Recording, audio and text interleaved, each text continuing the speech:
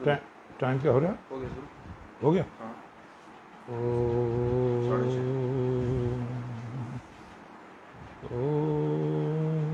वेदाहं एतं पुरुषं महान्तम् आदित्यवर्णं तं सहा परस्तात् तमेव विदित्वा मृत्युमे नान्यः पन्था विद्यते अनाय।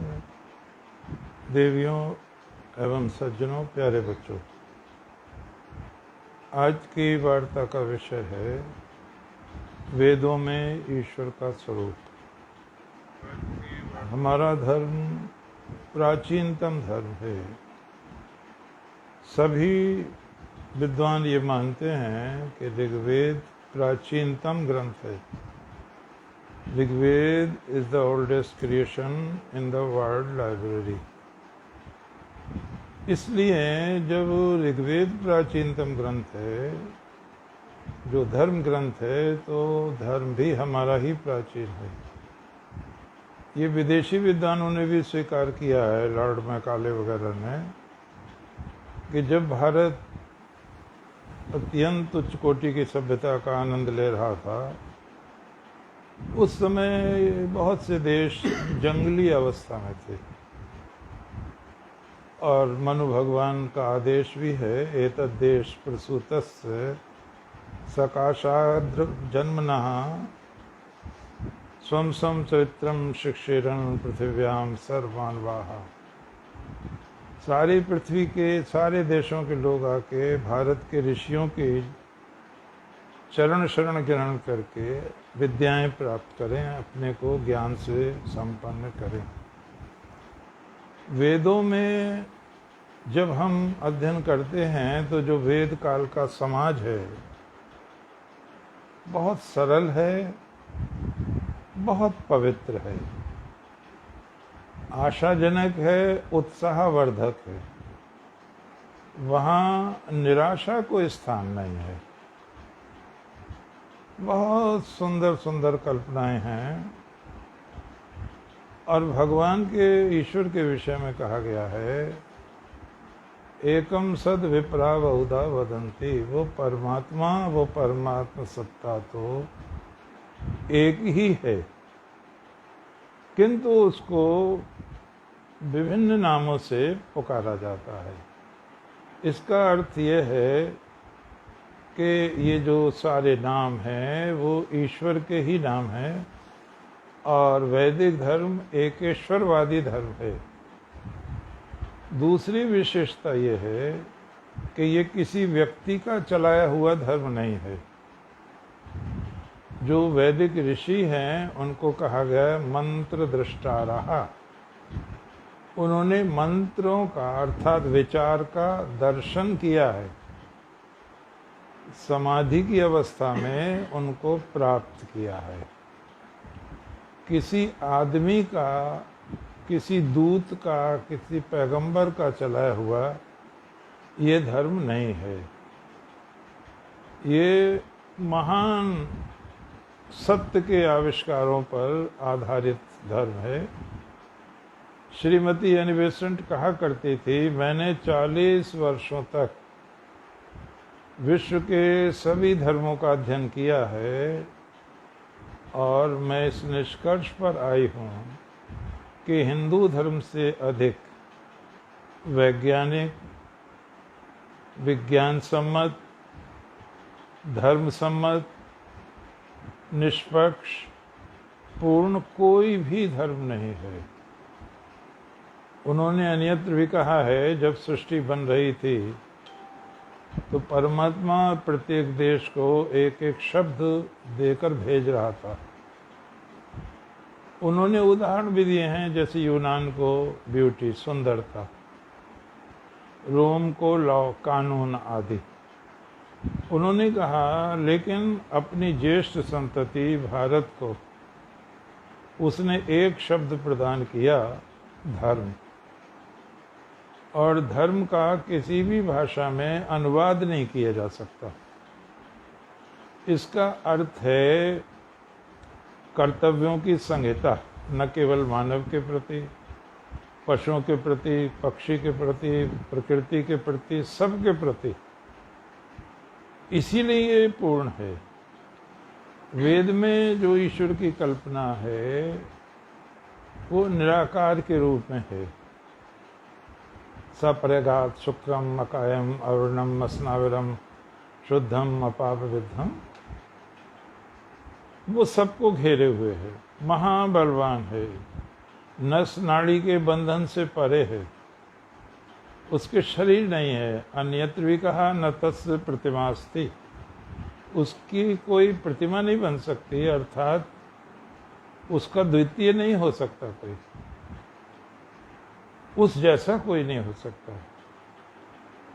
अन्यत्र भी कहा है, जैसे यजुर्वेद में ईशावास्यम इदं सर्वं यत्किंच जगत्याम जगत तेन त्यक्तेन भुंजी था माँ गृधा कस्य धनम। सारा जगत ईश्वर से व्याप्त है, ओतप्रोत है ईश्वर इसमें। श्री भगवान ने भी गीता में कहा है, मत्तः परतरम नान्यत किंचिदस्ति धनंजय। हे अर्जुन, मुझसे परे कुछ भी नहीं है। मया सर्वम इदं प्रोतम सूत्रे मणिगणाय, सारा कुछ मुझ में इस तरह गुथा हुआ है जैसे धागे में मणियां पिरोई हुई होती हैं। एक बहुत अच्छी बात कही गई है कि जो सारा दिखाई पड़ता है पसारा, ये उसके बहुत छोटा अंश है। वो परमात्मा अपनी सृष्टि से बहुत बड़ा है। अगर हम दूसरे धर्मों का, तुलनात्मक धर्मों का अध्ययन करें तो किसी किसी धर्म में ईश्वर की प्रकृति क्रूर भी है। वो बलि चाहता है, मांस चाहता है, रुधिर चाहता है। वो हमारा ईश्वर ऐसा नहीं है। ये कबीले की संस्कृति है, धर्म की संस्कृति नहीं है।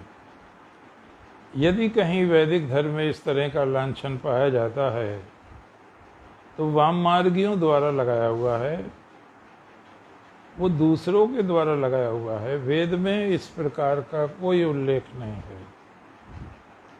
किसी भी जीव की हत्या करना यहाँ पाप है। और इतना स्पष्ट कहा है, वत्सम जातम एव अगन्या, हम एक दूसरे से ऐसा प्रेम करें जैसे गाय अपने बछड़े से करती है। अर्थात किसी से भी घृणा ना करें। हम सबको मित्र की दृष्टि से देखें और सब हमें मित्र की दृष्टि से देखें।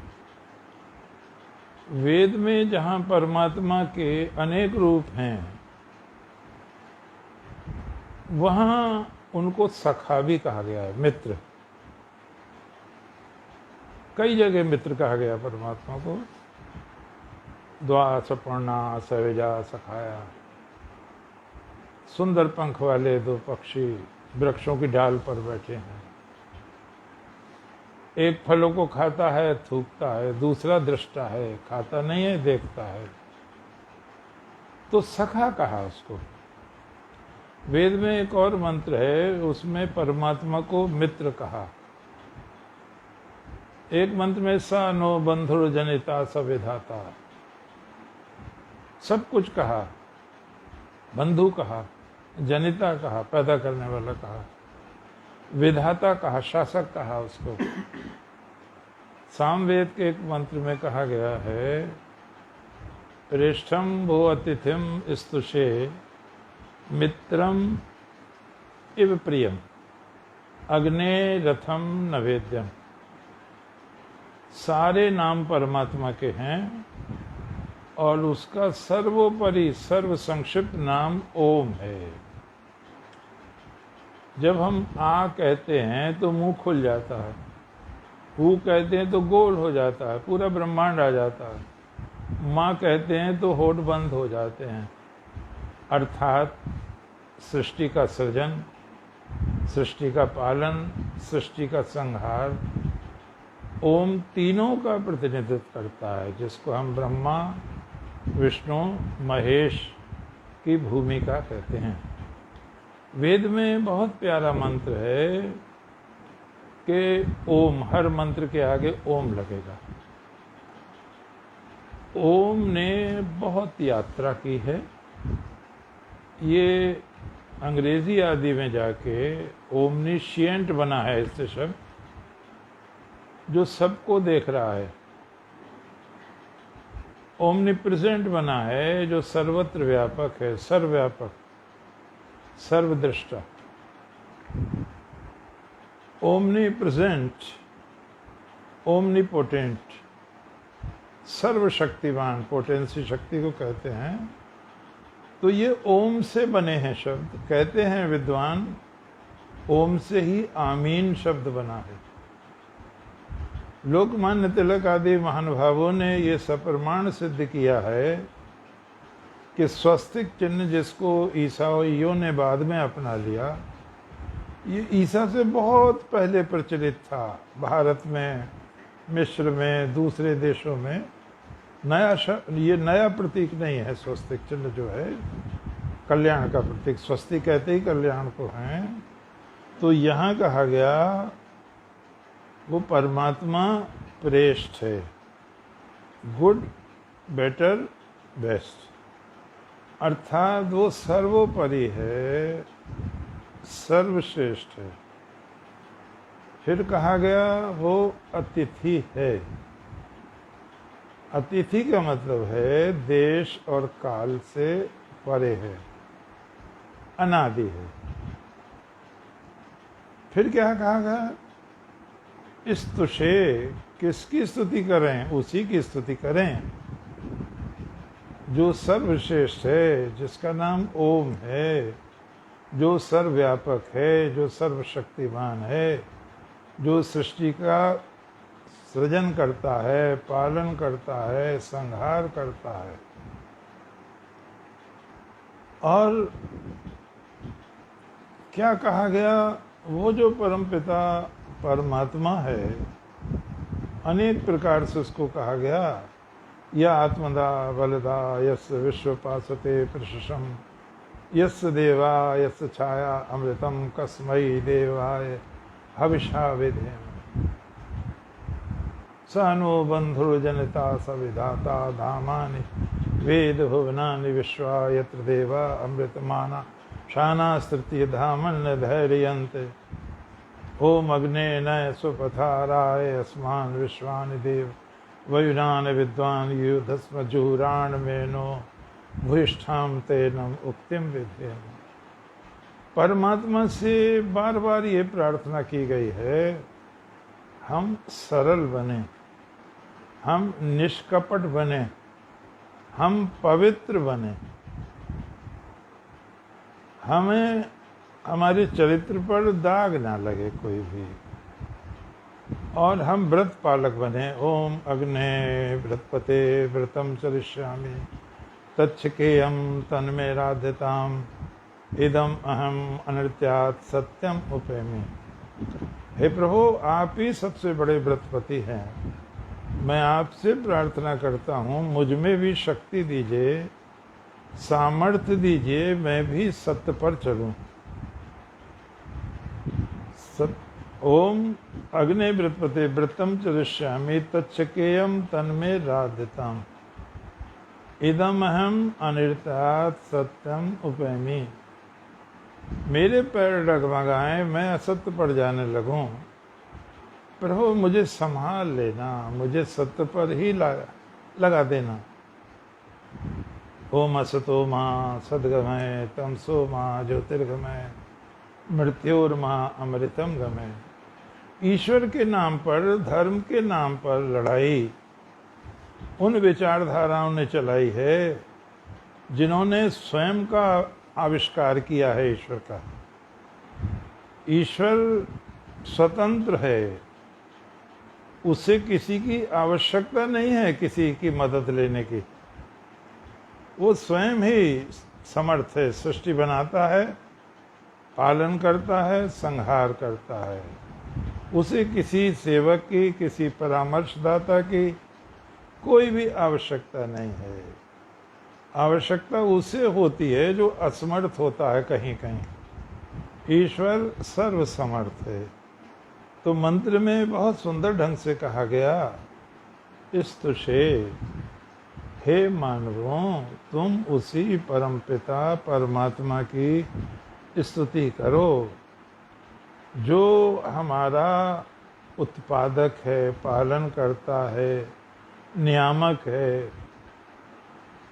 उसके अलावा किसी दूसरे की स्तुति, प्रार्थना, उपासना मत करो।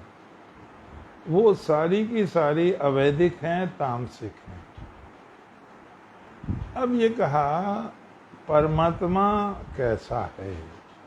बहुत अच्छा प्रश्न है। क्या वो क्रूर है? क्या वो कठोर है? नहीं, ऐसा नहीं। कैसा है परमात्मा? मित्रम इव प्रियम। वो तो मित्र के समान प्यारा है। मित्र के लक्षण बहुत किए हैं, लेकिन भर्तृहरि जी के सबसे अच्छे माने जाते हैं। पापान निवार्यति योज्यते हिताय, गुह्यम निगुहति, गुणान प्रकट करोति, आपदगतम च न जहाति, ददाति काले सन्मित्र लक्षणम मिदम प्रवदन्ति संतः। वो कहते हैं महाराज भर्तृहरि, मित्र वो है जो मित्र की पापों से रक्षा करता है।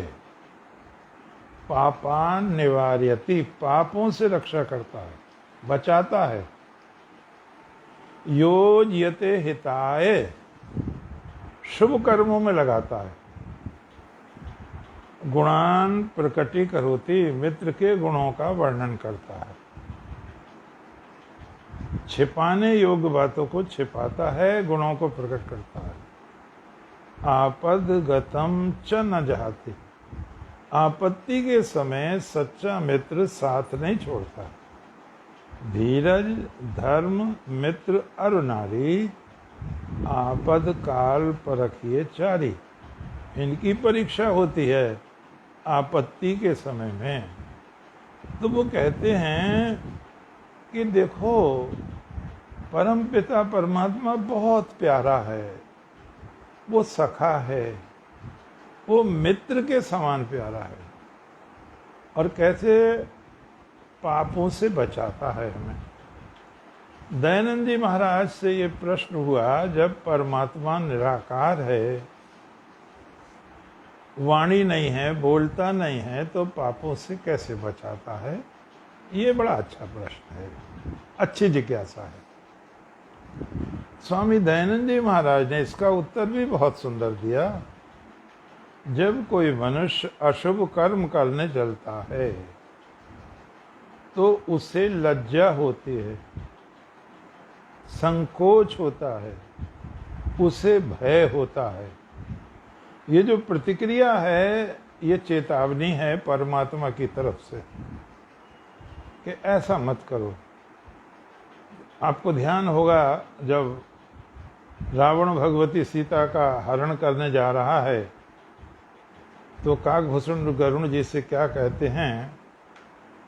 इमि कुपंथ पग देत खगेसा, रहनी तेज तन बुद्धि बल लेसा, जाके डर सुर असुर डराहीं, निशिन नींद दिन अन्न खाहीं, सो दसीस स्वान की नाई, इत उत चितई चला भड़ियाई। ओ हो, वो ब्राह्मण का बेटा, वो ऋषि का बेटा, वो चारों वेदों का पढ़ा हुआ विद्वान रावण, ब्राह्मण रावण, क्या हो गया? गोस्वामी जी कहते कुत्ता हो गया। अरे, क्या वेद का पढ़ा लिखा भी कुत्ता हो सकता है? हो सकता है। ये प्रश्न महाभारत में सनत सुजातीय में हुआ है। धृतराष्ट्र ने कहा, हम वेद भी पढ़ते रहें, शास्त्र भी पढ़ते रहें, पाप भी करते रहें, तो क्या हमारा उद्धार हो सकता है? ये बहुत गलत बात है। पाप करो, गंगा में नहीं आओ माफ़ हो जाएंगे, किसी तीर्थ में माफ़ हो जाए, नहीं, अवश्य में भोक्तव्यम कीर्तम कर्म शुभाशुभम। ये नारद पुराण का, ब्रह्मवैवर्त पुराण का वचन है। आपको शुभ अशुभ जो भी किया है उसका फल अवश्य ही भोगना पड़ेगा। और पाप तो लिखे, पाप और पुण्य तो हमारे सबके लिखे हुए हैं। कहाँ लिखे हुए? चेहरे पर लिखे हुए हमारे। जो सामुद्रिक शास्त्र जानते हैं या जो योगी हैं, वो किसी व्यक्ति को देखते ही उसको पूरा पढ़ लेंगे, कितना पापी है ये और कितना पुण्यात्मा है। विवेकानंद जी के बारे में एक प्रसंग आता है। एक मैडम काल्वे नाम की बहुत सुंदर स्त्री थी, ओपेरा गायिका थी वो। उसके एक लड़की थी और वो संभवतः जल के किसी कारण मर गई थी, तो वो बहुत दुखी रहती थी और वो आत्महत्या करना चाहती थी। ऐसा उसने कई बार प्रयास किया। उसे लोगों ने कहा, भारत का जो योगी आए हुए हैं विवेकानंद, उनसे मिल लो, लेकिन उसका मन नहीं करा उनसे मिलने का। फिर कुछ ऐसा हुआ कि उसे लगा कि मुझे मिलना चाहिए, और वो जहाँ ठहरे हुए थे स्वामी जी, वो गई तो जो मकान की स्वामिनी थी उसने कहा, बैठे तो हैं अंदर, अकेले ही हैं, लेकिन अगर तुमसे बात करना चाहें तो करना, हो सकता है ध्यान कर रहे हो, ध्यान में हो तो लौट आना। मैडम काल्वे ने कहा, मैं गई, वो मेज थी, कुर्सी पर बैठे हुए थे, नेत्र उनके नीचे की ओर थे, जैसे ध्यान में मग्न हैं। मैंने उनको प्रणाम किया और मैं वापस लौटने लगी, क्योंकि मुझे समझा दिया गया था कि बात ना करें तो लौट आना, फिर मिलवा देंगे। जैसी वो बाहर निकलने वाली थी, स्वामी जी ने कहा, शांत हो पुत्री, तुम कितना अशांत वातावरण अपने साथ लादे फिर रही हो। तुम्हारा शांत रहना तुम्हारे लिए भी श्रेष्ठ है और तुम्हारे व्यवसाय के लिए भी उचित है। और मैडम काल्वे जी कहती हैं, स्वामी जी ने मेरे बारे में ऐसी कुछ बातें बताई, अंतरंग गोपनीय, जो मेरे अंतरंग से अंतरंग मित्र भी नहीं जानते थे। मुझे बड़ा आश्चर्य हुआ, स्वामी जी महाराज, आपको मेरे बारे में किसने बताया? स्वामी जी ने कहा, मैं तो तुम्हें जानता भी नहीं, आज से पहले बताने की कोई आवश्यकता नहीं है। मैंने तुमको इस तरह पढ़ लिया जैसे किताब को पढ़ लेते हैं, ये ध्यान देनी चाहिए। तो जो योगी है वो हमारे पाप और पुण्य बता देगा। Face is the index of mind. हर समय एंट्री की जा रही है, हर समय जो हम सोच रहे हैं उसकी भी एंट्री की जा रही है, उसकी भी प्रविष्टि की जा रही है परमात्मा की तरफ से। आप देखते हो, एक कसाई का चेहरा कुछ और बोलता है, एक क्रूर का चेहरा कुछ और बोलता है, एक गृहकट का, एक बदमाश का चेहरा, एक संत का चेहरा, आंख नाक मुंह कान तो सब वही हैं, लिपि अलग अलग है। पहचानने वाले पहचानते हैं उसको, सबसे नहीं पहचाना जा सकता। तो गोस्वामी जी क्या कह रहे हैं, हम मूल विषय पर आए। काकभूषण गरुण जी से कहते हैं, हे गरुण जी महाराज, कितना ही पढ़ा लिखा हो, कितने ही ऊंचे कुल का हो, चाहे वेदज्ञ हो, लेकिन यदि पाप करता है तो वेद मंत्रों में इतनी शक्ति नहीं है उसका उद्धार कर सकें। न छंदांसि तारयन्त मायाविनम माया वर्तमानम नीडम शकुंताय जात पक्षाश छंदांसि प्रजन्ति अंत काले। जैसे पक्षियों के घोंसले, पक्षी के जब पंख आ जाते हैं, अंडे से निकल के पंख आ जाते हैं, उड़ने लायक हो जाता है, तो घोंसले छोड़कर उड़ जाते हैं। उसी तरह से पापी को वेद मंत्र उड़ जाते, छोड़ के उड़ जाते। हमारा तेरा कोई वास्ता नहीं रहा। तम ऋचा किम करिष्यति, प्रश्न भी हुआ है। वेद पढ़कर जिसने परमात्मा को नहीं जाना, जो परमात्मा के सामने पवित्र नहीं हुआ, क्या फायदा हुआ? उपासना का बहनों भाइयों क्या अर्थ है? उप माने समीप, आसन माने बैठना। आप आग के समीप बैठेंगे गर्मी आएगी, एसी में बैठेंगे ठंडक आएगी।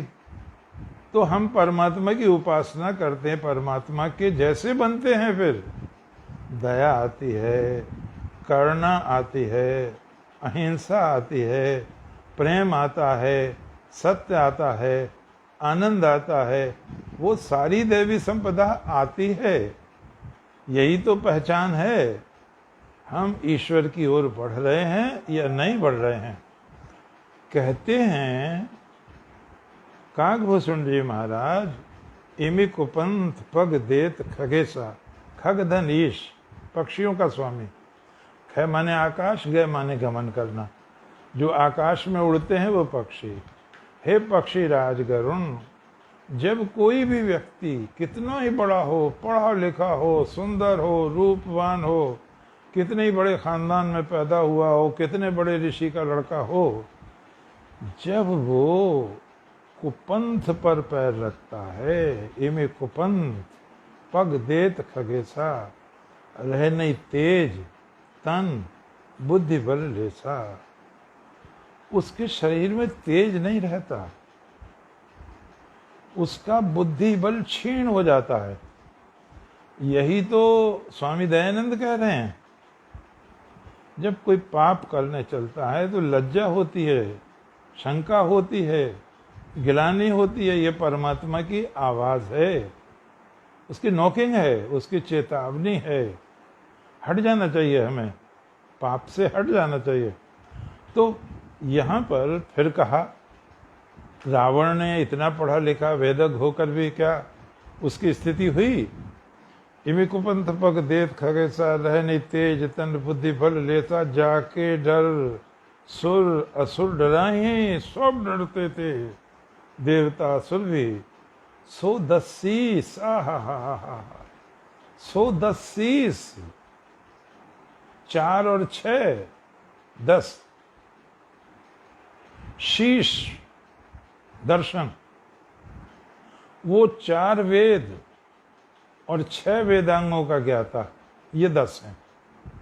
दर्शन नहीं, वेदांग। वेदों को पढ़ने के लिए वेदांग आवश्यक हैं, दर्शन बाद की चीज है। तो 110 वो 4 वेद और 6 वेदांगों का ज्ञाता। 110 स्वान की नाई, कुत्ते की तरह हो गया। ओ हो, कितना पतन होगा, कितना पतन होगा बहनों और भाइयों, वो कुत्ते की तरह हो गया। 110 स्वान की नाई, इत उत, देखो तस्वीर खींचो, क्या चित्र खींचा है गोस्वामी जी ने। इत उत, इधर उधर चितई देखता हुआ। भड़ियाही, बहुत विकट शब्द दिया है। भड़ियाही, मुझे बच्चे क्षमा करेंगे, माताएं बहनें, यहाँ 2 अर्थों में प्रयोग हुआ है। एक तो बुरा काम करने जा रहा है, और एक वो जो धर्म विरुद्ध किसी दूसरी स्त्री से संपर्क करने जा रहा है, उसको भी भड़ियाई कहेंगे। 110 इत उत चितई चला भड़ियाई। ओ हो, घबराता हुआ, भड़ियाई करता हुआ, चौकसी करता हुआ जा रहा है। 110 स्वान की नाई, इत उत चितई चला भड़ियाई। इसलिए वेद भगवान ये शिक्षा देते हैं, मनुर्भव मनुर्भव मनुर्भव, तुम मनुष्य बनो, तुम मनुष्य बनो, तुम चरित्र की दृष्टि से मनुष्य बनो, सूरत शक्ल योनि से तो मनुष्य हो। तो यहाँ कहा पापात निवार्यति, मित्र मित्र को पापों से बचाता है। तो परमात्मा रूपी मित्र ने जीवात्मा को पाप से बचाया, भय पैदा करके, लज्जा पैदा करके, शंका पैदा नहीं, मत करो ये। और फिर कहते हैं योजयते हिताय, शुभ कर्मों में लगाता है मित्र। वेद में, धर्मशास्त्रों में एक तो विधेयात्मक शिक्षा, एक निषेधात्मक। जैसे अक्षयर्मा दिव्या, हे मानव जुआ मत खेलो, ये निषेध हुआ। कृषिमित कृषस्व, खेती करो, खेती करो। वेद में एक जगह ये भी लिखा हुआ है, बहुत बढ़िया बात लगी मुझे, कि जो हल नहीं जोतता वो हमारा राजा ना बने। यानी राजा भी परिश्रमी होना चाहिए, राजा भी उतना ही परिश्रम करे जितना एक किसान करता है। और दयानंद जी ने तो कमाल किया है सत्यार्थ प्रकाश में, किसान को राजाओं का भी राजा का है, उसी का पैदा हुआ अन्न खाते हैं जब भी आंखें खुलती हैं। तो यहाँ पर हम आगे बढ़ें, वो जो परम क्या शिक्षा देता है वो, ओम स्वस्ति पंथाम अनुचरेम सूर्या चंद्रमसा विव पुनर्दत्ता जानता संगमे महि। ऋषि परमात्मा से कहते हैं, हे प्रभु, आपकी कृपा से, आपसे प्रेरणा लेकर हम स्वस्ति पंथाम, कल्याणकारी मार्ग पर चलें।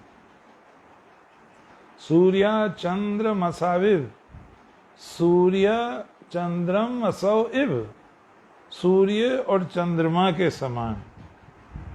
सूर्य जब निकलते हैं तो सबको प्रकाश, जीवन, चेतना, धूप देते हैं। वो ये नहीं सोचते कि ये वेदज्ञ है, ये कसाई है। वो वितरण में कोई भेदभाव नहीं करते। ठीक इसी तरह चंद्रमा की जब चांदनी बिखरती है, आप पुण्य करें या पाप करें, चंद्रमा को इससे कोई भी लेना देना नहीं है। तो हम सूर्य और चंद्रमा के समान सबका उपकार करें, सबका, पापियों को विशेष उपकार करें। सर्वे भवन्तु सुखिनः, सर्वे सन्तु निरामया, सर्वे भद्राणि पश्यन्तु मा कश्चित् दुःखभाग् भवेत्। आत्मोपमेन सर्वत्र समम पश्यति अर्जुन। सबको हम अपने समान देखें।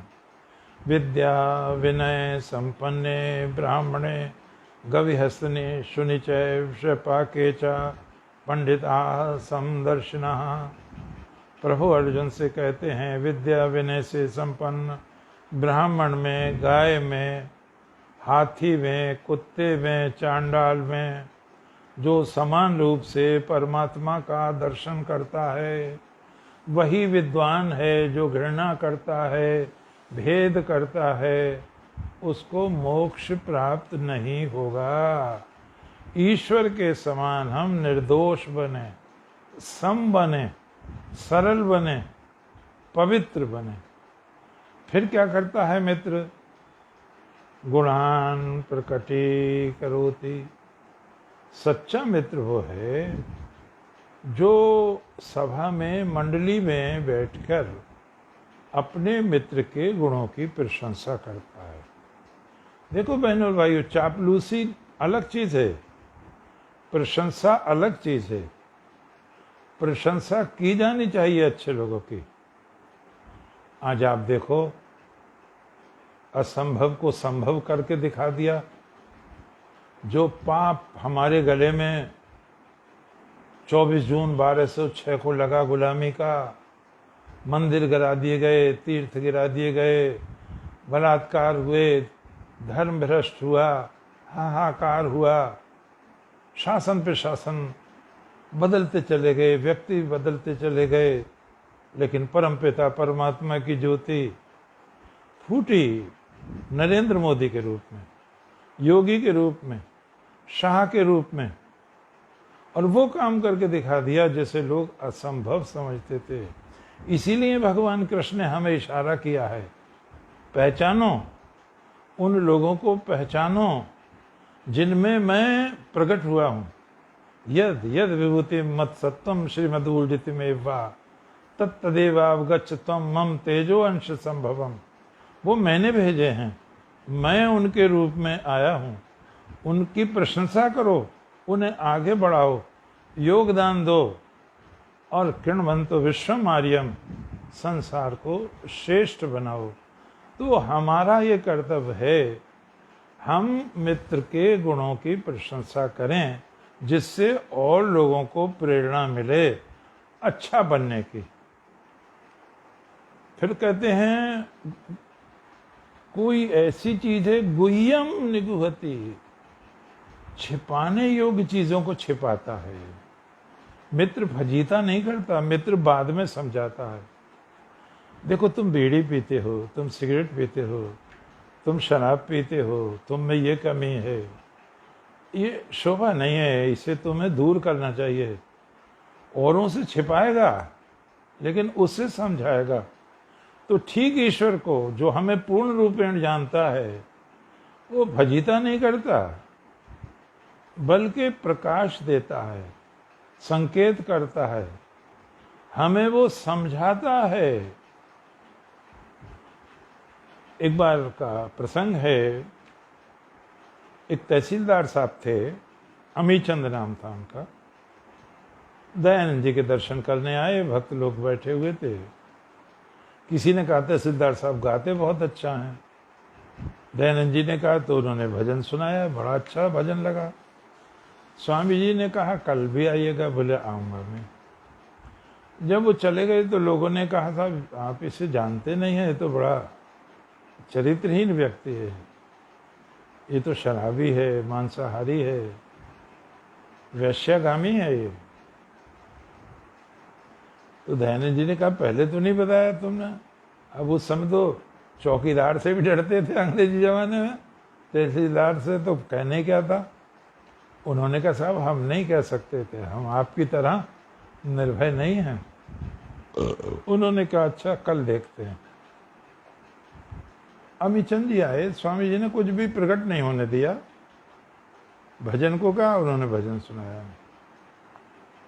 स्वामी जी ने बड़े धीरे से बड़े प्यार से कहा संयत शब्दों में, अमीचंद आदमी तो तुम हीरा हो लेकिन कीचड़ में पड़े हुए हो। बहनों भाइयों वो समझ गया और आमूल चूल परिवर्तन हो गया। सब कुछ छोड़ दिया उसने जो गलत काम थे और वो बहुत अच्छा आर्य श्रेष्ठ पुरुष बन गया। उसके गीत भी गाए जाते हैं, आओ सब मिलकर गाएं उस प्रभु के धन्यवाद, कुछ इस तरह के अमीचंद नाम से गीत हैं उसके। तो वो परमात्मा फजीता नहीं करता है, महापुरुष भी फजीता नहीं करता है, गुरु भी फजीता नहीं करता है। वो जो हमारे पाप हैं, अशुभ हैं, उनको अलग समझाता है, इन्हें छोड़ देना चाहिए। फिर क्या करता है मित्र, आपद गतम च न जहाते। जो झूठे मित्र होते हैं वो आपत्ति में साथ छोड़ देते हैं, सच्चे मित्र आपत्ति में साथ नहीं छोड़ते। तन से, मन से, धन से, सबसे आपकी मदद करेंगे। इसीलिए कहावत भी बन गई, धीरज, धर्म, मित्र और नारी, आपद काल परखिए चारी। आपत्ति में परीक्षा होती है। गिरधर जी की एक कुंडली चलती है, साईं या संसार में मतलब को सब व्यवहार, जब लग पैसा गांठ में तब लगता को यार, यार संग ही संग डोलें, पैसा रहा नहीं पास यार मुख से नहीं बोलें। कहें गिरधर कबीराय जगत को यही लेखा, करत विगरज प्रीत यार हमने बिरले ही देखा। मित्र तो बहुत मुश्किल से मिलता है। ये शिष्टाचार के नाते अच्छी बातें करें वो अलग बात है, लेकिन ऐसा मित्र मिले जैसे अर्जुन को भगवान कृष्ण मिले, सुदामा को कृष्ण मिले, इस तरह सुग्रीव को श्री राम मिले, हनुमान मिले, बहुत ऊंची चीज है मित्र, और मित्रता के धर्म का पालन करना। तो वो परम पिता परमात्मा हमारा साथ नहीं छोड़ता। रहीम कवि ने बहुत अच्छा लिखा है, रन वन व्याध विपत्ति पर रहीमन नर मरे न रोए, जे रक्षक जननी जठर वे हरि गए कि सोए। अरे रण में, वन में, व्याधि में, विपत्ति में परेशान मत हो। क्यों परेशान मत हो? जे रक्षक जननी जठर, माँ के पेट में जब तू बन रहा था, पल रहा था, तेरी रक्षा कर रहे थे, अब तो तू बाहर है। वे हरि गए कि सोए, वो हरि सो थोड़ी गए हैं। ये हमारे शास्त्र, हमारे धर्म, हमारे महापुरुष इस बात की शिक्षा देते हैं कि विपत्ति पर घबराना नहीं चाहिए, जहर नहीं खाना चाहिए, मर नहीं जाना चाहिए, रेल से नहीं कटना चाहिए। For difficulties meet them, greet them and defeat them. उनका सामना करो, अभिनंदन करो और ठोकर मार के परास्त करो। ये संसार एक परीक्षा स्थल है, दुख हैं प्रश्न कठोर, देख कर होती बुद्धि विकल है, किंतु स्वात्म बल विज्ञ मनुज पहुंच ठीक अटकल से, हल करते हैं प्रश्न अविरल मेधा बल से। ये स्थितियां आती हैं। हा, एक बहुत बड़ी बात कही है, बहुत बड़ी बात कही है योगी अरविंद ने। जितना बड़ा आदमी होगा उतनी बड़ी मुसीबत परमात्मा उसे देगा। वो बड़ी मुसीबत कमजोर आदमी को देगा ही नहीं, मर जाएगा। वो जहर खा लेगा, मर जाएगा, रेल से कट जाएगा। परमात्मा बड़ी विपत्ति बहुत बड़े व्यक्ति को देता है, जिससे लोक को शिक्षा मिले। आप उदाहरण देखें, विस्तार में न जाएं हम। 3 लोग आए हैं, भगवान राम हैं, लक्ष्मण हैं, देवी सीता हैं। देवी सीता का हरण हो चुका है, और फिर धीरे धीरे ये भी पता चल गया जिसने हरण किया है वो 3 लोग विजेता है, रावण है। मनुष्य तो मनुष्य, उससे देवता भी डरते हैं। क्या किया जाए? हम कल्पना कर सकते हैं, लक्ष्मण ने प्रभु से कहा होगा कि भैया अयोध्या खबर भेज दो, हम दोनों कैसे लड़ेंगे रावण से। भगवान ने कहा नहीं, मैं वहां से निकाला गया हूं। यह है नैतिकता। कितनी बड़ी विपत्ति में नैतिकता का पालन। मैं वहां से वनवास का क्या मतलब है? निकाले गए हैं आप। मैं वहां से निकाला गया हूं। भगवान किसी भी शहर में नहीं गए 14 वर्ष तक, किसी भी शहर में, जंगल में ही रहे। कभी जरूरत पड़ी लक्ष्मण को भेज देते थे। मैं अयोध्या से कोई सूचना नहीं भेजूंगा, कोई मदद नहीं लूंगा, मैं वहां से निकाला गया हूं। हम कल्पना करें, भले ही शास्त्रों में लिखा, लेकिन कल्पना को तो स्थान है। जहां न पहुंचे रवि वहां पहुंचे कवि। लक्ष्मण जी ने कहा भैया जनकपुर से मंगा लेते हैं सेना। भगवान ने कहा जो धनुष उठ भी नहीं रहा था किसी से, और तीनों लोकों में मेरा यश व्याप्त हो गया उसे तोड़ के, अब क्या वहां ये संदेश भिजवाओगे कि दशरथ का बेटा इतना दुर्बल हो गया है, वो दूसरों की सहायता पर निर्भर हो गया है? नहीं मंगाएंगे सर। हम फिर कल्पना करें, लक्ष्मण ने कहा तो कैसे करेंगे आप? भगवान ने हंसते हुए कहा, लक्ष्मण हम कौन हैं? लक्ष्मण ने कहा आप राम हैं, मैं लक्ष्मण हूं। हम किसके बेटे हैं? हम दशरथ के बेटे हैं। दशरथ कौन थे? दशरथ राजा थे। राजा की नीति क्या कहलाती है? राजनीति कहलाती है। तो हम राजनीति का प्रयोग करेंगे, भगवान राम ने कहा।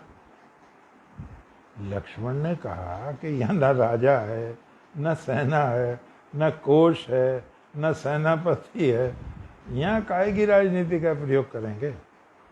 भगवान ने कहा शांति रखो, देखते रहो। शबरी ने बता दिया था पंपा सरोवर का, जटायु ने भी बता दिया था, फिर हनुमान स्वयं मिलने आए हैं सुग्रीव की ओर से, भगवान ने उनसे बात की है। और तब लक्ष्मण से कहा सचिवो अयम कपींद्र, ये सचिव हैं। हनुमान जी को कहा लक्ष्मण जी से भगवान राम ने, ये सचिव हैं। किसके सचिव हैं? अभी है ना, यहाँ ना राजा है, न सचिव है, न मंत्री है, न सेना है। अब देखो राजा भी है, यहाँ सचिव भी है, यहाँ दूत भी है, यहाँ राजनीति भी है। ऐसे मुसीबतों का सामना किया जाता है। सचिवो अयम कपींद्र, ये कपींद्र सचिव हैं। किसके सचिव हैं? ये सुग्रीव राजा के सचिव हैं। और देखो लक्ष्मण, न ऋग्वेद विनीतस्य न यजुर्वेद धारणः न सामवेद विदुषः शक्यम एवं विभाषितम।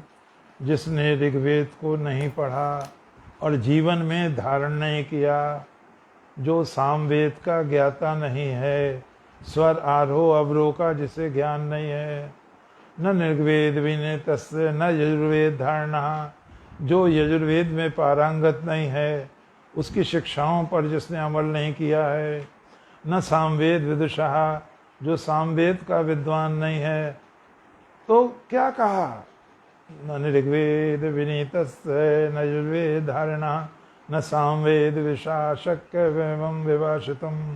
वो इतना सुंदर नहीं बोल सकता जिस तरह राजा सुग्रीव के मंत्री हनुमान जी बोल रहे हैं। नूनम व्याकरणम कृष्णम मनेन बहुधा श्रुतम। मुझे ऐसा लगता है हनुमान जी महाराज ने व्याकरण ग्रंथ का बहुत गंभीर पारायण किया है, उसका प्रमाण है। इतनी देर बात करते हुए भी इनकी वाणी में, इनके स्वर में, इनकी ध्वनि में कोई स्खलन नहीं हुआ है, कोई कंपन नहीं हुआ है, चेहरे पर घबराहट नहीं आई है, पलकों में अस्थिरता नहीं आई है। लक्ष्मण, भगवान ने इशारे से कहा अब राजनीति का प्रयोग शुरू हो गया है, अब हमारा काम आसान होने वाला है। श्री भगवान जाते हैं सुग्रीव के पास और हनुमान जी ने बहुत बढ़िया बात कही। हनुमान जी ने कहा आपकी और सुग्रीव की तो एक ही सी दशा है, पहले आप उसका काम कर दो, वो आपका काम कर देगा। और बहनों और भाइयों, बाली के मारते ही तो सब राम के सेवक हो गए। यह प्रयोग कभी नहीं घबराना चाहिए किसी भी विपत्ति में। अब आप देखो, हिमालय है, बद्रीनाथ है, झरने हैं, अब तो बदल गई स्थिति। यहाँ तपस्वी लोग रहते थे, उन्हें कोई तुम रोटी लेके जाते थे या मैं लेके जाता था? यहाँ कई होटल खुले हुए थे उनके। मुझे ध्यान है एक कृष्ण स्वामी का आता था, वो वर्ष में एक बार दिखाई देते थे बस, और वो बड़ा भाग्यशाली होता था जिसे उनके दर्शन हो जाएं। वो केवल एक भुना हुआ आलू खाते थे, दूसरा नहीं खाते थे, फिर वो अदृश्य हो जाते थे। दयानंद जी एक बार अलकनंदा में थे तो उनके बर्फ से हाथ पैर चिर गए थे, इतना ब्लीडिंग हो गया था कि वो किनारे पे बेहोश होके गिर पड़े, मृत्यु भी हो सकती थी। अब भगवान के नाम पर हैं वो, भगवान का आश्वासन है अचिंत्यंतो माम, जो मेरे ऊपर निर्भर हो गया है उसकी रक्षा मैं करूँगा, योगक्षेम उसका मैं वहन करूँगा। अनन्याश्चिंतयन्तो माम ये जना परिपासते तेषां नित्यायुक्तानां योगक्षेमं वहाम्यहम्। दयानंद जी बेहोश पड़े हैं, उन्हें कुछ भी पता नहीं है। एक भालू आता है कहीं से, रीछ, और बहुत बड़ा मधु मक्खियों का छत्ता लाके वो दयानंद के मुंह पर रख देता, और वो शहद की बूंदें उनके मुंह में जा रही हैं। जब वो बूंदे अंदर गई, कुछ समय में वो उनको श्वास लाभ भी हुआ। तो दयानंद जी को बड़ा आश्चर्य हुआ कि शहद का छत्ता, और कौन लाया इसे। तो देखा तो एक भालू जा रहा था। तो भगवान आपकी रक्षा करेगा, आप हथियार मत डालो, आप उस पर भरोसा रखो। रन बन व्याध विपत्ति परे, रहीमन नर मरे न रोए, जे रक्षक जननी जठर, वे हरि गए कि सोए। उन परमात्मा पर विश्वास रखो। तो यहाँ वेद के मंत्र में भर्तहरि जी व्याख्या करते हुए कहते हैं, आपदगतम च न जहाते, जैसे मित्र मित्र को नहीं छोड़ता, परमात्मा आपकी परीक्षा लेता है, आपका साथ नहीं छोड़ता। ये ध्यान रखने की चीज है, आपकी परीक्षा लेता है, आपका साथ बिल्कुल भी नहीं छोड़ता है। क्यों? वो सखा है, वो मित्र है, आप उसके अंश हैं, वो आपको नहीं छोड़ेगा। और फिर वो कहते हैं परमात्मा कैसा है। कितनी बातें हैं मंत्र में, छोटा सा मंत्र है, सामवेद का मंत्र है 5वां। कैसा है? अग्नि स्वरूप है, अर्थात प्रकाश स्वरूप है। अर्जुन ने जब भगवान का विश्व रूप देखा, ओ हो, क्या लगा उसको। हजारों सूर्य एक साथ उदित हो जाएं, तब ऐसा प्रकाश होगा, ये उसको महसूस हुआ है। तो भगवान कैसे हैं? प्रकाश स्वरूप हैं, अग्नि स्वरूप हैं, अग्रणी स्वरूप हैं, तेजस्वी हैं। वैसे भी कहा, वेदाहम पुरुषम महंतम आदित्य वर्णम तमसः परस्तात् तमे विदित्वा अतिमृत्युमेति न अन्य पंथा विद्यते अनाय। अंधकार से कोई परिचय नहीं है। तो परम पिता परमात्मा प्रकाश स्वरूप हैं, अग्नि स्वरूप हैं। और क्या करते हैं? रथम न वेद्यम, वो रथ का काम करते हैं। रथ माने सवारी। हम कहीं जाते हैं, बस में बैठते हैं, टेम्पू में बैठते हैं, साइकिल, मोटरसाइकिल, किसी में बैठे, हवाई जहाज में, हेलीकॉप्टर में, जिसमें बैठे, वो रथ है। तो वो रथ का क्या काम है? यहाँ की सवारी वहाँ और वहाँ की सवारी यहाँ। तो परमात्मा हिले रिजक बहाने मौत सबका संचालन करता है, सबकी देखभाल करता है, सबका प्रबंध करता है। कहते हैं एक बार शिवाजी, अकाल पड़ गया था महाराष्ट्र में, शिवाजी ने कहा लोग भूखे न मर जाएं, तो उन्होंने किला बनवाना शुरू कर दिया। हालांकि शिवाजी को पैसे की बहुत ज़रूरत थी, लेकिन पब्लिक के कल्याण के लिए उन्होंने किला बनवाना शुरू कर दिया। थोड़ा घमंड आ गया, आ जाता है। उनके गुरु महाराज आए, समर्थ गुरु रामदास, वो समझ गए, शिवा क्या कर रहे हो बेटा? गुरुजी अकाल पड़ गया है, लोगों को खाने को नहीं है। मैंने कहा इसी बहाने इनको रोजी रोटी मिल जाएगी, तो किला बनवाना शुरू कर दिया है। तो पत्थर तोड़ रहे थे मजदूर। बहुत अच्छा कर रहे हो। गुरु महाराज ने कहा कि एक बड़े पत्थर की ओर, इसे तोड़वाना जरा। अब उसको तोड़वाया, जब उसके 2 खंड हुए, तो कहते हैं उसमें गड्ढा था, गड्ढे में पानी था, पानी में मेंढक था। वो मेंढक कूद के दूर गया। तो समर्थ गुरु रामदास बोले, अरे भाई तुम तो बड़े महान हो शिवाजी महाराज। क्यों? अरे क्यों क्या, इसे भी तुम ही भोजन करा रहे थे, हमें क्या पता था? हमें क्या पता था तुम पत्थरों के अंदर भी भोजन भिजवा रहे हो।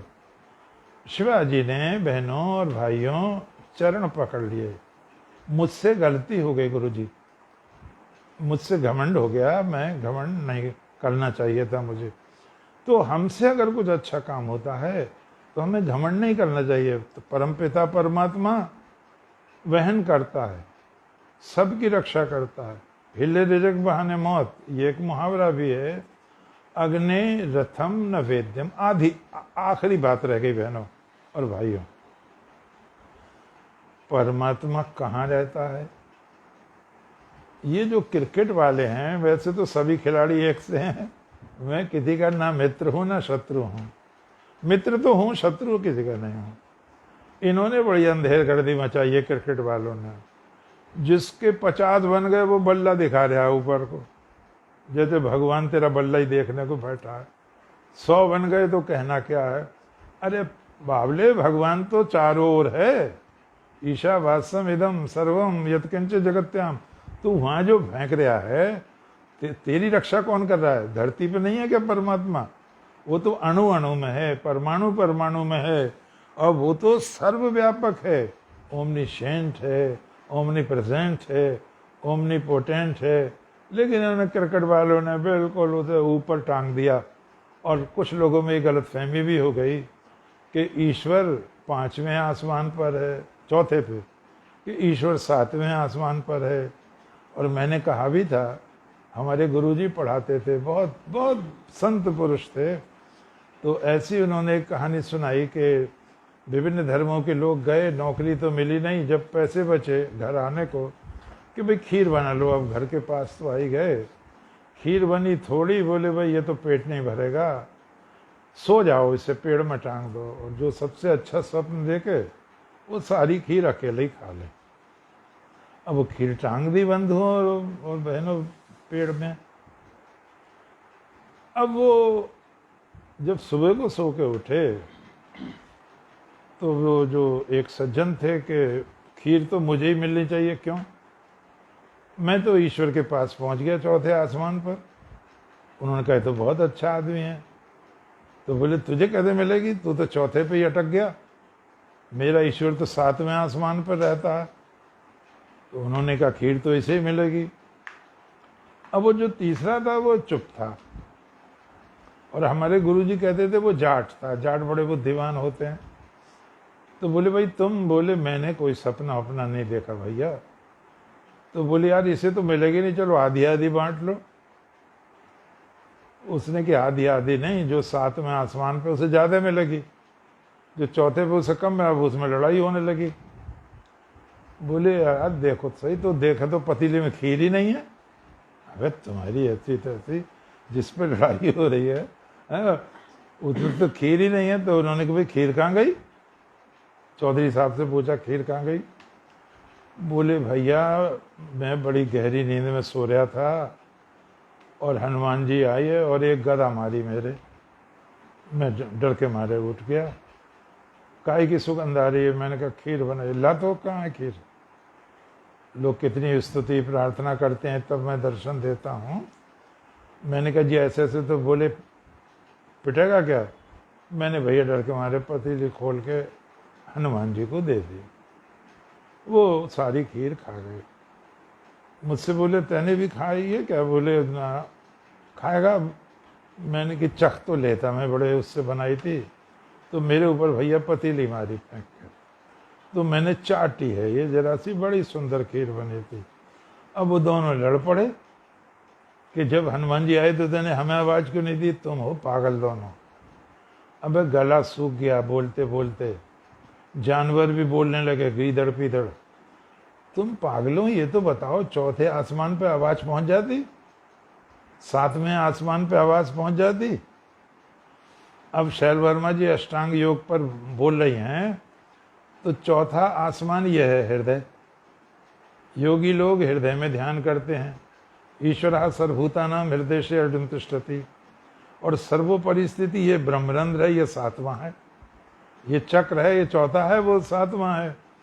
कबीर दास जी का एक दोहा है, वो कहते हैं कि पंखी उड़ारी गगन को पिंड रहा परदेश, पानी पिया चंच बिन भूल गया ये देश। तो इसी ब्रह्मरंध्र की समाधि का जिक्र है। वो कहते हैं पंखी उड़ानी, आत्मा कुंडली जागृत हो गई और कहाँ पहुंची? ब्रह्मरंध्र में। पानी पिया चंच बिन, चोंच की जरूरत नहीं पड़ी फिर पक्षी को। पिंड रहा परदेश, शरीर यहीं रहा।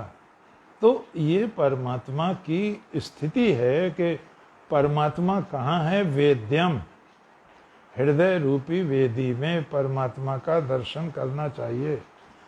मानव का मंदिर ही परमात्मा का मंदिर है, इसीलिए इसकी विशेष सावधानी से रक्षा करनी चाहिए। और हमें हर प्रकार के दोष से, दुर्व्यसन से बचना चाहिए और भगवान से रोज प्रार्थना करनी चाहिए। ओम विश्वानि देव सवितर दुरितानि परासु यद भद्रम तन्नासु। हे प्रभु, हमारी सारी बुराइयों को, बुरे विचारों को, बुरे संकल्पों को दूर कर दीजिए। जो भी अच्छी चीज़ें हैं वो हमें प्राप्त कराइए। मैं सोता हूँ, जगता हूँ, यात्रा में हूँ, कहीं भी हो, तन में मनः शिव संकल्पस्तु, मेरे मन में शिव संकल्पों का उदय हो। एक अंतिम बात कह के समाप्त करें। एक बार बड़ा बवाल मचा दिया पढ़े लिखे लोगों ने कि लोग बड़ी डींग मारते हैं भारत के शास्त्र की, दर्शन की, और सत्यम शिवम सुंदरम पिक्चर भी बनी सिर्फ तो, कि सत्यम शिवम सुंदरम जो है ये आयातित शब्द हैं, यूनान के हैं, प्लेटो से आए हैं शब्द। The truth, the beauty and the goodness. हमारे एक बहुत बड़े विद्वान थे उस समय, डॉक्टर गुलाब राय। जब उनके पास आई बात, उन्होंने कहा इन्हें 2300 वर्ष हुए हैं प्लेटो को, और प्लेटो से भी 2800 वर्ष पहले महाभारत हुआ है, अर्थात 5100 वर्ष पहले। तो ये शब्द तो प्लेटो से भी 2800 वर्ष पहले भगवत गीता में है, तीनों शब्द। अब गीता मैं भी पढ़ता हूँ, मुझे बड़ा आश्चर्य हुआ, गीता में कहाँ है? ओहो, देखो कैसे विद्वान और हम में अंतर आ जाता है। तब उन्होंने 17वें अध्याय का 15वां श्लोक किया, अनुद्वेग करम वाक्यम सत्यम प्रियहितम च। हे अर्जुन, जब भी मुंह खोलो कुछ शर्तों का पालन करो। अनुद्वेग करम वाक्यम, तुम्हारे वाक्य से उत्तेजना न फैले, लेकिन झूठ मत बोलो, सत्य ही बोलो। और प्रिय, ये सुंदर है, प्रिय बनाकर बोलो। हितम, हित कहते हैं शुभ को, शिव कल्याणकारी को, ये शिव है। तो सत्यम शिवम सुंदरम तीनों हैं इसमें। अरे मैंने कहा ये तो कमाल कर दिया। फिर एक ने और कहा कि जैसे वहाँ 3 फिलोसफर एक साथ हैं, लगातार हैं, सोक्रेटिस, प्लेटो, अरिस्टोटल, ऐसे भारत में नहीं है। गुलाब राय जी ने कहा वो तो सोक्रेटिस किसी अलग बेटा था किसी बाप का, प्लेटो किसी और बाप का बेटा था, सुकरात किसी और, अरस्तु किसी और का बेटा था। यहाँ तो एक ही खानदान में है तीनों। कौन?